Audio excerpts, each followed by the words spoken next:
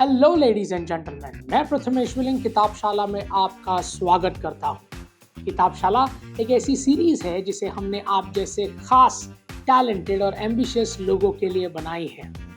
अगर आपको किताबें पढ़ना मुश्किल लगता है या फिर आप बोर हो जाते हो या फिर आप किताबों की साइज देखकर डर जाते हो, तो बिल्कुल भी निश्चिंत रहिए, आप एकदम सही जगह पर आए हो। किताबशाला सीरीज आपके इन्हीं समस्याओं का समाधान है। ये है किताबशाला का फाइनेंस एडिशन, जिसमें हम और आप अवेयर होंगे फाइनेंस के रोचक दुनिया के बारे में।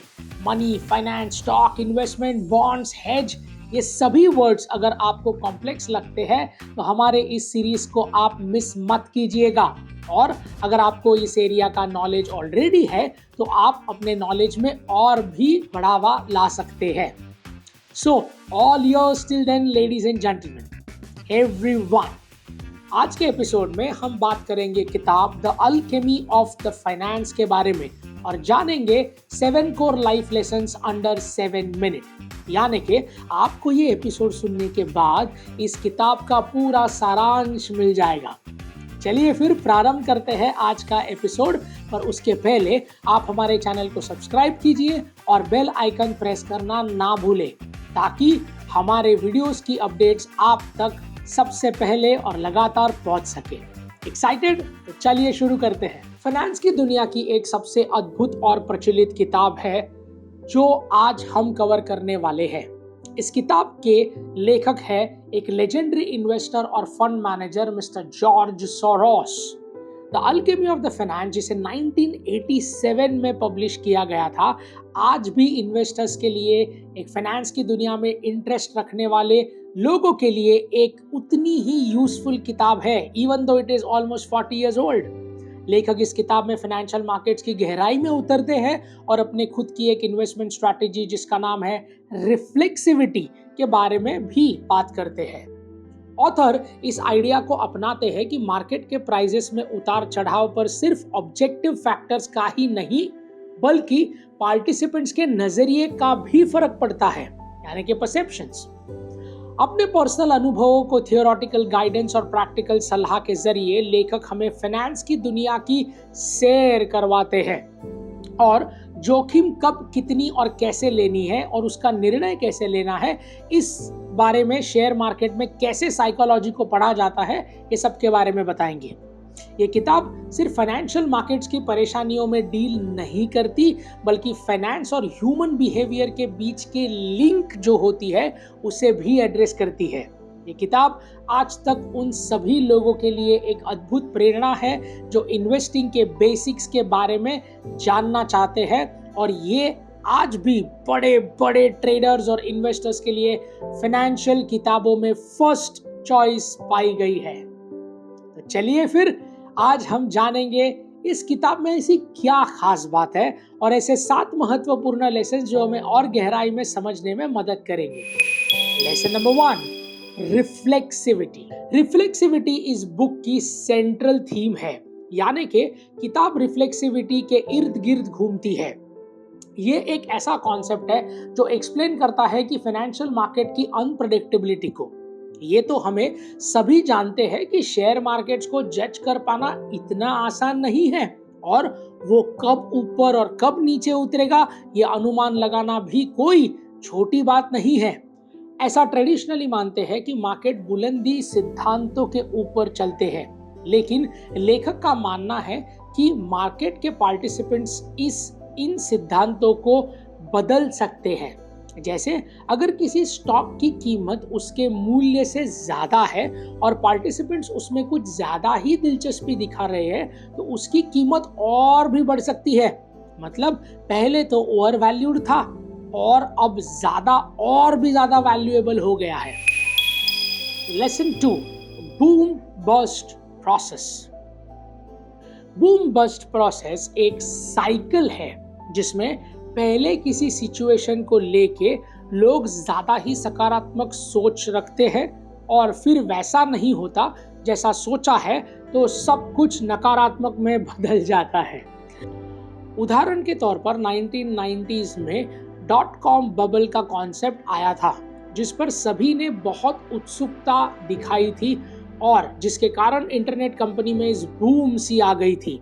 लेकिन जब वो उम्मीदों पर खरा नहीं उतर पाया और वो धाराशाही हो गया, तब एक बर्स्ट आया, मतलब एक उतार, जिसके कारण हर तरफ नकारात्मक विचार फैल गए। Lesson number 3, the mispricing of assets. लेखक के अनुसार ट्रेडर्स की संवेदनशीलता और मार्केट में गिरावट के कारण अक्सर बाजार में संपत्ति का मूल्य गलत लगाया जाता है और इसी मिसप्राइसिंग का आप लाभ उठा सकते हैं अगर देखा जाए तो। उदाहरण के तौर पर अगर 2008 में वित्तीय संकेत के समय कई कंपनीज का भाव गिर गया, जिसका फायदा कुछ समझदार निवेशकों ने उठा लिया और उन्हें खरीदने के अवसर प्राप्त हो गए। Lesson 4, importance of timing. Finance की दुनिया में टाइमिंग में सब कुछ है। अगर आपको 1-2 मिनट इधर उधर हुए तो पूरी काया पलट हो सकती है। इसलिए लेखक सही समय पर मार्केट्स में कदम रखने और निकलने की बात प्रकाश डालता है। जैसे किसी ट्रेडर्स ने यदि 2017 की शुरुआत में बिटकॉइन खरीदा हो तो उसके पीक में दिसंबर में उसे बेचा हो तो काफी प्रॉफिट कमाया होगा। लेकिन जिन लोगों ने दिसंबर में उसमें खरीदा होगा, जिनको काफी नुकसान भुगतना पड़ा होगा over the period of time. यही है टाइमिंग का खेल। Lesson number 5, the danger of dogmatism. Financial markets में डॉगमैटिज्म के खतरे से लेखक हमें आगाह करवाते हैं। जो ट्रेडर्स बाजार में उतार चढ़ाव के बारे में ना सोचकर अपनी स्ट्रैटेजीज पे अड़े होते हैं, उनका आगे जाकर नुकसान भुगतना पक्का है। इसके लिए बजाय एक व्यक्ति को मार्केट में उतार चढ़ाव के साथ बहना सीखना चाहिए, जिसके प्रति नहीं। जब आप अपनी बात को अड़ जाते हैं तो दूसरों की बातों पर आपका ध्यान ही नहीं होता और फाइनेंशियल मार्केट्स में भी अगर आप अड़े रह जाते हैं तो मार्केट टैक्टिक्स के बारे में आप सीख नहीं पाएंगे। जब आप अपनी ट्रेडिंग स्ट्रैटेजी से तस से मस नहीं होंगे और एक ही सिस्टम पर चलते रहेंगे तो आप कई खतरे की घंटियों को नजरअंदाज कर देंगे और अपने आप को लॉस से बचा नहीं पाएंगे। और तो और डॉगमैटिज्म विचारधारा वाले लोग अपनी रिजिडनेस के कारण दूसरे ऑल्टरनेटिव्स पर भी ध्यान नहीं दे पाते। अक्सर अच्छे फायदे वाले अवसर वो खो बैठते हैं। देखिए, सक्सेसफुल ट्रेडर वही है जो खुद को हर सिचुएशन में ढालने के लिए तैयार हो, खुले दिमाग वाला हो और ये मानने कि सिर्फ एक स्ट्रैटेजी कुछ नहीं कर सकती, multiple strategies at the same time is must. Lesson number 6, the interplay of supply and demand. Supply and demand के बेसिक सिद्धांत ही फाइनेंशियल मार्केट को चलाते हैं। अगर इन दोनों के बीच में कोई असंतुलनता हुई तो ये निवेशकों के लिए एक अवसर हो सकता है। जैसे बहुत सी सिटीज में घर की कमी होने के कारण, यानी कि हाउसिंग शॉर्टेज होने की वजह से रियल एस्टेट की कीमतों में और ज्यादा उछाल सा आ गया है और आते ही रहता है। जब कोई बायर्स अपनी डिमांड किसी सेलर के पास रखता है जो उन्हें सप्लाई देगा, तब उन दोनों के बैलेंस से ही प्राइसेस डिसाइड होती है। अगर डिमांड सप्लाई से ज्यादा है तो कीमत बढ़ जाती है और अगर सप्लाई डिमांड से ज्यादा है तो भाव गिरना तो जायज है। ट्रेडर्स जो होते हैं वो इसी चीज को एनालाइज करके अपॉर्चुनिटी की तरह उसको यूटिलाइज करते हैं। वो मार्केट में जब एंटर करते हैं जब उन्हें लग रहा हो कि डिमांड बढ़ने वाला है या फिर सप्लाई डिमांड पर हावी होने वाला है। दोनों ही सिचुएशंस में वो अपना फायदा खोजते हैं, समय आने पर उसका बेनिफिट लेते हैं। यही होता है एक ट्रेडर का दिमाग। डिमांड और सप्लाई कई फैक्टर्स पर डिपेंड करते हैं, जैसे अब मान लीजिए economic factors, political events, market के sentiments, all these things actually प्रभावित करते हैं, जिसके कारण प्राइसेस हाई और लो होते रहते हैं और जितने हाई और लो होते हैं उतनी वोलेटिलिटी का आप फायदा उठा सकते हैं। Lesson number 7, the influence of psychology. Trading में साइकोलॉजी का बहुत महत्वपूर्ण रोल है जो सफल ट्रेडर्स को बाकी सबसे अलग करता है। आपके डर या फिर लालच की भावना से आप ट्रेडिंग की दुनिया में सही निर्णय नहीं ले पाएंगे और भारी जोखिम उठा लेंगे। प्रैक्टिकली मार्केट की सिचुएशन को समझने से आपको आपका ओवर कॉन्फिडेंस रोकेगा और आप इंपल्सिव डिसीजंस लेने के लिए मजबूर हो जाएंगे। ट्रेडिंग में सफलता बनाए रखने के लिए अनुशासन और खुद पर कंट्रोल होना बहुत ज़्यादा ज़रूरी है। सफल ट्रेडर्स अक्सर साइकोलॉजिकल स्ट्रैटेजीज का यूज करते हैं, जैसे प्रॉपर ट्रेडिंग, गोल सेट करना हो, जोखिम लेते वक्त सोच समझकर, जो इसी बात को हाईलाइट करता है कि साइकोलॉजी का ट्रेडिंग में कितना बड़ा रोल है।